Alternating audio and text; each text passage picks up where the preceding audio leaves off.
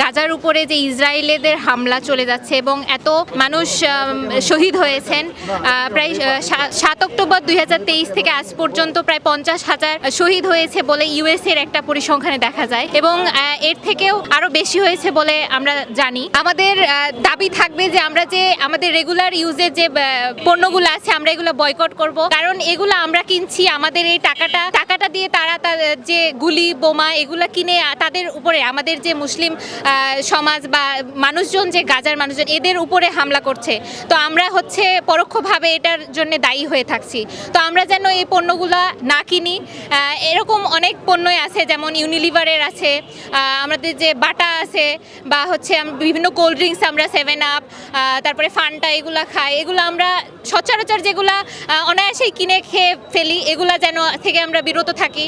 কারণ আমাদের এই একটা করে আমরা যে এত খরচ করছি, মানে কিনে যে খাচ্ছি, এই টাকাটা দিয়েই তারা হচ্ছে হামলা চালাচ্ছে এবং এত মানুষ নিহত, মানে শহীদ হচ্ছে।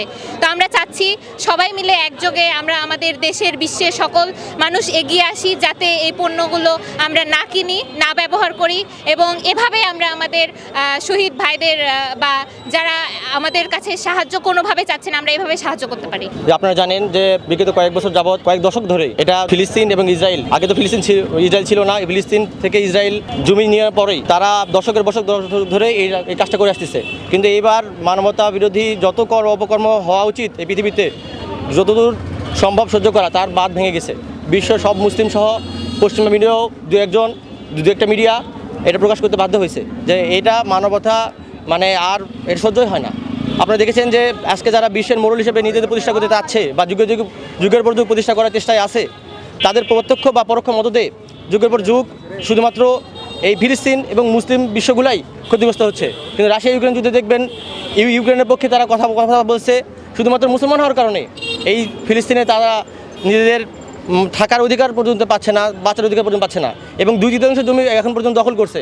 এই এতদিন ধরে যুদ্ধ হচ্ছে, যারা পশ্চিমা মিডিয়া বিশ্বকে নেতৃত্ব দেওয়ার চেষ্টায় আছে, তারা নিজেদের মানবতার পক্ষের শক্তি, হিউম্যান রাইটস হিসেবে তারা দাবি করে আসছে, মানবতা রক্ষার জন্য তারা নিজেদেরকে এমনভাবে দেখায় যে তারা মানবতা পক্ষের এবং মানবতাকে উদ্ধার করবে, কিন্তু তাদের মততেই এই কাজটাগুলো হচ্ছে। এখানে তারা বিশ্বের সকল মুসলিম এবং সকল দেশ, মুসলিম অমুসলিম সকল দেশের এটা এমন একটা পর্যায়ে আমরা এই যুদ্ধটা চলে আসছে যেটা প্রতিবাদ না করলেই নয়। মুসলিম দেশের পাশাপাশি অমুসলিম দেশরাও সবাই এটা প্রতিবাদ করতেছে। এই লক্ষ্যে আমরা আজকে নওগাঁ মেডিকেল কলেজ বা সারা বাংলাদেশের সকল প্রতিষ্ঠানের মতোই আমরা এখানে দাঁড়িয়েছি এবং ক্লাস, পরীক্ষা সহ সকল কর্মসূচি বয়কট করছি এবং কাজ সহ যত আমাদের দৈনন্দিন কাজকর্ম আছে সেগুলো বয়কট করছি এবং অন্তঃস্থল থেকে পবিত্র রমজানের পর, এই ঈদের পর আবার তারা এই হামলা করার প্রতিবাদে আমরা অন্তঃস্থল থেকে আল্লাহর কাছে ফরিয়াদ জানাচ্ছি তাদের ধ্বংসের জন্য এবং আমরা সবাইকে আহ্বান জানাচ্ছি যাতে আন্দোলন একত্রিত পোষণ করে এটাকে এখানেই রুখে দেওয়া হয়। দেখেন, গত 74 বছর ধরে ফিলিস্তিনের মানুষের উপরে নিপীড়ন এবং নির্যাতন চালানো হচ্ছে।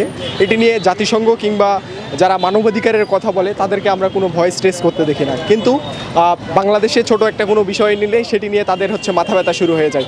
আজকে আমরা সরকারের কাছে দাবি জানাই যে ইসরায়েলি যে সকল পণ্য রয়েছে, ইসরায়েলি এবং আমেরিকান পণ্য, এই পণ্যগুলোকে বয়কট না, এই পণ্যগুলোকে যেন রাষ্ট্রীয়ভাবে যেন আমাদের দেশে নিষিদ্ধ করা হয়। এই পণ্যগুলো যেন কোনোভাবে যেন ব্যবহার এদেশে যেন না দিতে হয় এবং আমরা জাতিসংঘের কাছে দাবি জানাচ্ছি এই যে হত্যাযজ্ঞ চলছে এটি যেন খুব দ্রুত বন্ধ করা হয় এবং আমেরিকা এবং ইসরায়েলকে যেন বিচারের আওতায় আনা হয়।